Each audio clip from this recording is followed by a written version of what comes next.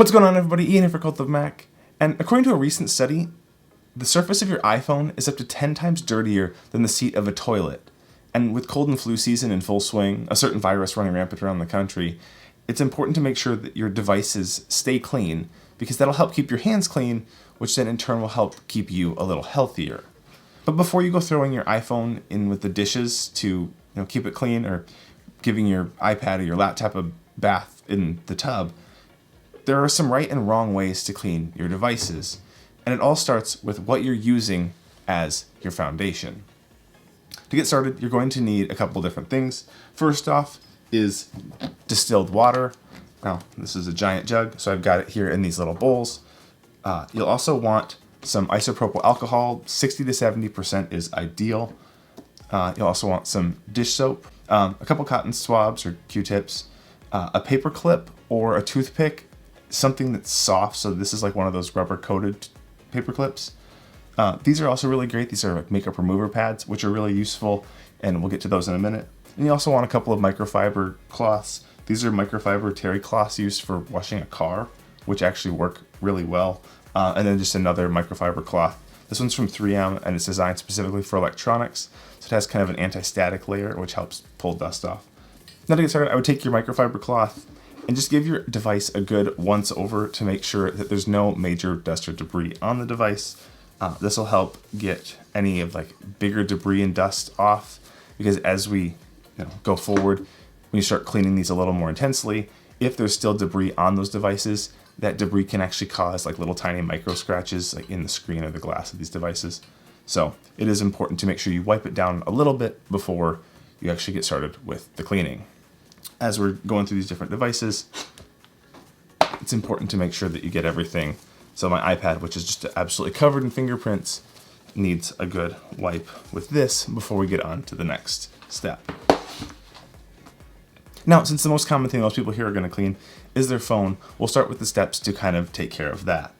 Before we get started, the thing that I always like to do is take your toothpick or your paper clip, fold it out so it's kind of L-shaped like that, and just very carefully, very gently poke it into the port on the bottom of the phone for the lightning cable, and just gently kind of drag up.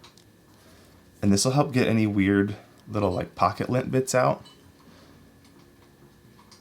which, while it's not important for disinfecting the phone, can make a pretty big difference in whether the device is taking a charge or transmitting data. So it is a good one to do every so often. The iPhone is really the only device that really suffers from that, because it's the one that rides in your pocket. You can also check your iPad. If your iPad has USB-C ports or you're doing your laptop, I would recommend not putting anything in those ports, because the little blade inside could actually get a little bit screwed up if you are sticking things in there. Your AirPods is another place you may want to use the little paper clip trick, because your AirPods also ride in your pocket quite frequently, and so you can get all kinds of pocket lint and stuff inside of the lightning port on them. If you use the wireless charging option for your AirPods, it's not as big of a deal, because you're not putting things in the lightning port. You're not like plugging in the lightning port anyway, so it's less of an issue. Now, to actually get started with the disinfecting and sanitizing part of cleaning your phone, you'll want to use your dish soap in most cases. If your iPhone is really, really disgusting, or you work somewhere that's going to be covered with lots of bacteria, you can use an alcohol solution to help clean your device, but alcohol can break down the oleophobic coating on the screens of devices, so Apple recommends not using it on the screens of your devices as much as possible. Now, I know with things like disease running around the country, it is important to use a little bit stronger disinfectant every once in a while, so doing it occasionally is probably fine, but I definitely wouldn't be using a rubbing alcohol solution on the screens of your devices with any regularity. So take a little bit of your dish soap, put it in with your distilled water. I like to just take one of the Q-tips or cotton swabs and use that to give it a good stir. So you should have a nice little soapy water solution. And this Q-tip is actually going to be handy in just a minute. And then you're going to take one of your microfiber cloths, whichever you prefer. Like I said, it's best to have a couple of them. And just take a corner of it and get it damp. You don't want it like dripping wet. Like if you can squeeze liquid out, you probably have too much, but just enough that it's damp. And then just take that and wipe it over the surfaces of your device. So you're getting it, around all the edges, around the back, over the camera module, which is going to have the added benefit of you'll have a nice clean camera, so you'll get nice crystal clear shots next time you take those pictures. And then you can kind of just switch to a drier spot of the microfiber cloth and just continue over the rest of the device with that to help dry it off and get rid of any weird streaks or fingerprints or anything like that.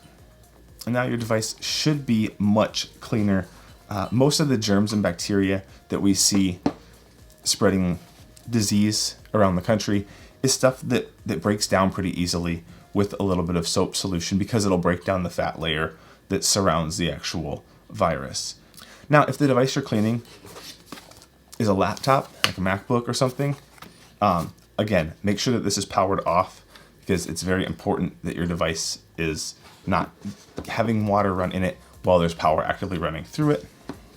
But you can actually open up the laptop, and using that same cotton swab that we used before to stir up the water soap solution, you can actually use that and kind of run just right between the rows of the keys.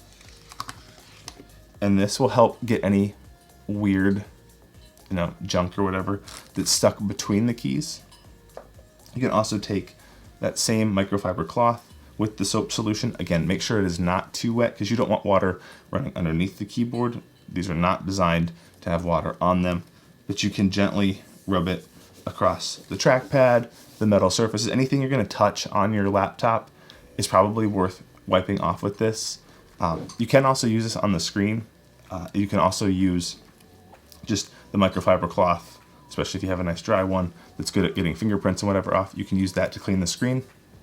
But ideally, if you're going to use a cleaner, you're going to want to use something like a dish soap, again, on the laptop, just so that it's more mild if it does get it all inside or underneath anything. Now, if you need a more serious clean than the soapy water solution, you can also take the distilled water and a little bit of this rubbing alcohol, depending on what source you look at. Some things say anywhere between 2-to-1 to 1-to-1, so kind of eyeball it. Just take that, mix it in with your water, and then you can take, again, the dry end of the Q-tip, make sure that everything's nice and mixed together to make sure that everything is good and clean. From there, you can either take, again, the microfiber cloths or these makeup remover pads, which work really well because they'll soak up a little bit of the actual cleaning solution. And then kind of on the edge of the bowl, just make sure you squeeze out any excess so it's not really, really gross. And then you can take that, especially over like the outside of a device, like the outside of your laptop, where there's not keys or anything where liquid can get inside, and just wipe over the surface. And then taking a dry microfiber cloth, make sure that you wipe off any excess that's sitting there. It is important to make sure that if you are putting anything on the surfaces of your devices, that the devices dry before you turn them back on. The same thing is true for smart keyboards. For iPads, you can actually use this alcohol solution or the soapy water solution and run it right over the lining inside the iPad case. You just want to make sure that the lining is dry before you put it back on the iPad. Otherwise, you're going to trap moisture in there, which could lead to significant problems down the road. Now, several sources recommend against bleach-based cleaners because they are very intense on electronic devices and on the surfaces of things. Again, the rubbing alcohol can also be a very intense cleaner, so that's why we want to dilute it a little bit. So again, just make sure that you're not overdoing it. You're not using super harsh cleaners on your devices, because it is really important that you keep your devices working. Otherwise, all of this was kind of for nothing. Finally, cleaning your AirPods is another really important thing to do, because your AirPods do go in your ears and you do touch them a lot with your hands. They're also the kind of thing that you're going to use on public transit or in public spaces a lot more, and so it's important to keep them clean as well. Now these, since they are a hard plastic, both for the case and the actual AirPods themselves, you can use that alcohol-based cleaner and make sure you get a little bit better clean. So again, taking a little bit of that cleaner and just wipe over the outside of the case. Make sure you don't get any in the lightning port, since that is a spot where you could get moisture inside, which could cause significant damage or even failure of the device. And then after you wipe it down good with the rubbing alcohol solution, just wipe it off with that microfiber cloth here, and it should be good to go. For the AirPods themselves inside, you can pull them out. You can also wipe out the inside of the case a little bit. You get a lot of weird stuff that builds up here kind of in the opening of the AirPods case. So having a little bit of rubbing alcohol, maybe even on one of these cotton swabs, you can make sure any weird crud that's built up in there, pocket lint and little metal shavings, which always seem to show up in there, even though I don't know how. And take this, kind of wipe around inside those spots and make sure things are nice and clean. For the actual AirPods themselves, take a rubbing alcohol solution, just wipe down the stems and over all the surfaces to make sure they're good and clean. So I think that pretty much wraps it up. That's kind of the tricks and ways to clean your Apple devices. Again, for most things, you're going to want to use a soap solution with just some dish soap and some distilled water. For certain things, like your AirPods, like a really, really gross device, maybe even like the Smart Keyboard Folio, you can use a rubbing alcohol solution. Just make sure that you're mixing it no more than 1 part alcohol to 1 part water. And from there, like I said, you can pretty much clean any of your devices, whether it's a laptop, a keyboard case, or an iPad, an iPhone, AirPods. You can even use it on your Apple Watch. Actually take that same alcohol solution and just rub it over the screen of your Apple Watch. Make sure that you wipe off the excess. And now your Apple Watch is also disinfected, which again will help reduce the spread of any kind of weird germs or bacteria or viruses that are on those devices without causing any significant damage. Let me know what you guys think in the comments down below. While you're there, be sure to give the video a thumbs up. Subscribe if you haven't already. Make sure you hit the notification bell so you don't miss any uploads as we do these videos. I'm Ian for Cult of Mac. I'll catch you guys in the next one.